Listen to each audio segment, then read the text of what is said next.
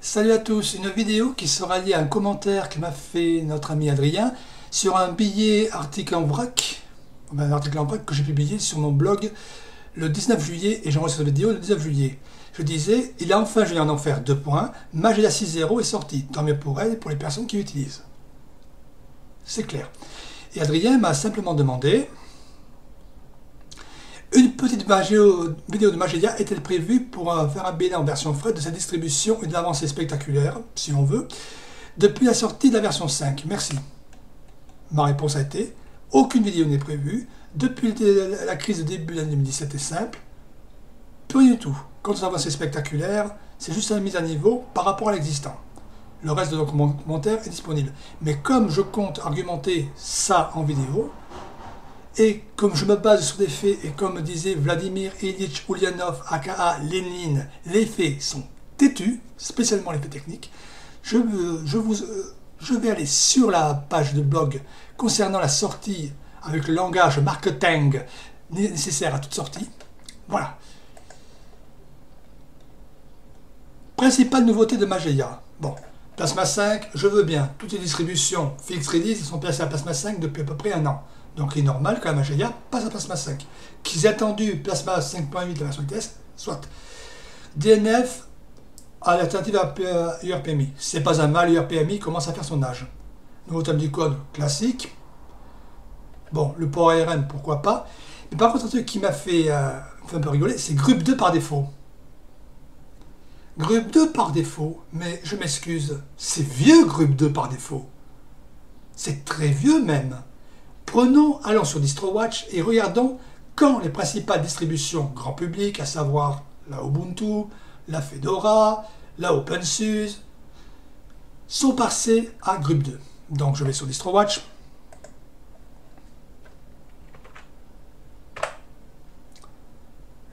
Donc on va commencer par la Debian pour savoir quand est-ce que Grup 2 a été proposé par défaut avec la Debian. Parce que sur chaque fiche Ubuntu, chaque fiche DistroWatch, il y a les différents paquets, les publications et les versions en relation. Donc un simple tableau croisé avec deux colonnes et lignes.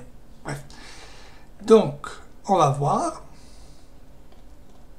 Et si on prend la ligne Grub, voilà, c'est celle-ci. On s'aperçoit que Grub 2.0 est sorti, enfin le 2.0 bêta 2, donc la première version avec un 2.0 officiel, c'est Jessie. Et Jessie, c'est 2015. Donc ça fait même déjà 2 ans que Debian propose un Grup 2. On peut même remonter un tout petit peu plus. On peut dire que Grup 2, avec les premières versions de Grup 2, c'était des 1.9 quelque chose. Donc, si on regarde la première version de Grup 2 proposée par Debian, la première pré-Grup 2, c'est la 1.98, et ça remonte à l'époque de Squeeze, ce qui fait 6 ans. Donc en gros, 2 ans pour la version stable, 6 ans pour les versions préliminaires de Grup 2. Ça fait déjà pas mal. Regardons Ubuntu, qui est la distribution par excellence qui était connue pour être dans le grand public. Debian, enfin Ubuntu égale Linux. Donc si on regarde la Ubuntu, de quand date l'arrivée de Grup 2? Alors, Grup 2, Grup 2. Clac, clac, clac, clac, clac, clac. Grup 2.0. La 13.10. Même avant, autant pour moi. La 12.10. La Contoile Quetzal. En clair, octobre 2012. Ça va faire 5 ans qu'Ubuntu propose Grup 2. Waouh! Fedora.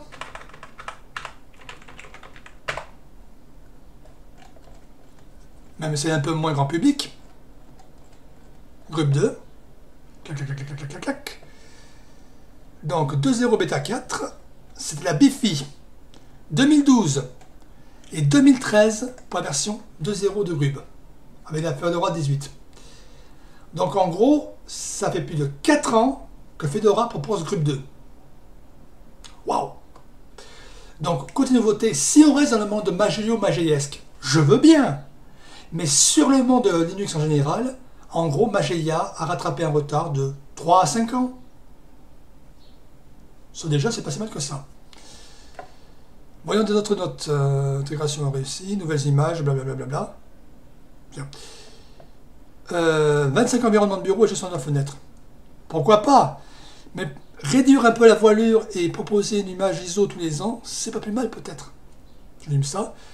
Mais sur les 25 environnements, quelle est la répartition de chaque? Historiquement, Mandrake puis Mandriva, c'était une base Red Hat avec KDE. Donc pour moi, Mageia, qui est la descendante directe de la Mandrake et de la Mandriva, c'est une base Red Hat ou RPM avec du KDE. Le reste, c'est des bonus. Même si les premières versions avec GNOME doivent dater de la Mandrake 5, 6 peut-être, mais c'est simple à savoir, hein, on va chercher Mandrake. De savoir quand est-ce que GNOME est arrivé.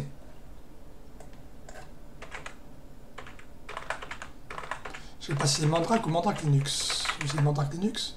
Mandriva, voilà. Donc, si on regarde et on remonte là, bon, bien sûr, elle considère.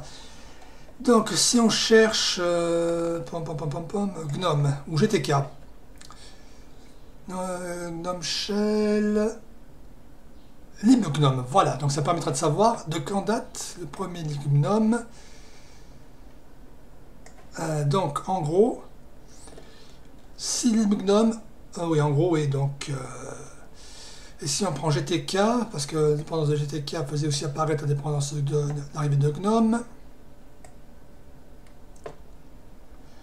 Donc, le premier GTK, oui, bon, bien sûr, c'est début, mais pour GNOME, je ne sais pas, mais je n'en vais pas, bref. Donc, ça, j'ai un petit doute. Mais en gros, de mémoire, ça doit être aux alentours de la 7.1 que les environnements GNOME et compagnie sont arrivés sur Mageia. Sur Mandrake Linux. Et si on regarde bien, l'environnement par défaut marqué comme tel, c'est KDE. Point final.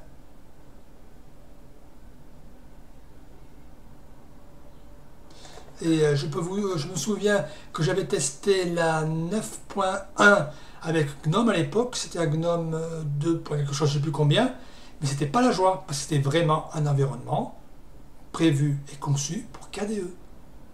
Point final. On pourra me dire ce qu'on veut. J'ai connu les premières versions de Mandrake. Je me rappelle même de la publicité qu'il y avait à l'époque dans Amiga Dream, à moins que ça s'appelait déjà Login, pour la Mandrake, qui se vantait d'être déjà le premier environnement avec des pages web avant Windows 98.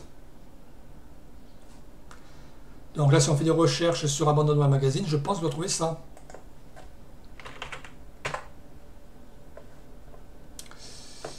Alors, c'est Amiga Dream. Blablabla, Dream, Amiga Dream, voilà. Alors 55-61, de quand les dates dernier, oui. Donc, on va voir numéro 33-54, Amiga Dream, Amiga, blablabla, Ville informatique libre 97, février 98, la date de quand là? Juillet, donc juin, juillet, peut-être en septembre.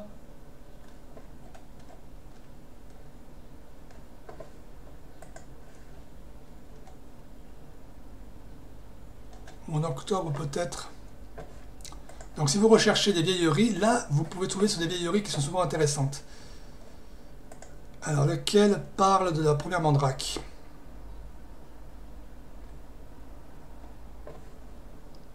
Peut-être novembre. Et c'est pas ça que je vais faire. Je reviens, clac clac. Voilà. Kernel 2.2, blablabla, Linux pour un PC. Carte à puce informatique, BIOS. Donc déjà la Red Hat 5.2, c'était basé sur la Red Hat 5.1 ou 5.0, la Mandrake. Donc, bref, donc vous voyez, c'était vraiment, ça a toujours été une base KDE. Donc, qu'on dise que c'est une révolution, sur certains plans, oui. Mais sinon, ça a été une mise en montée de version douloureuse, très longue, sûrement liée à la vieillesse des outils. Mais quand on nous dit, comme dans une note de publication, on voit enfin Grup 2, Mais j'ai presque envie de dire, sans être méchant, bienvenue en 2013 ou en 2014. Voilà, ce sont des faits vérifiables. Maintenant, si vous m'attaquez, attaquez-moi sur des faits. Si vous m'attaquez sur une personne, sachez que vos commentaires seront détruits à vue. Point final. Sur ce, je vous laisse, je vous dis salut à tous et à la prochaine. Bye bye et bonne journée.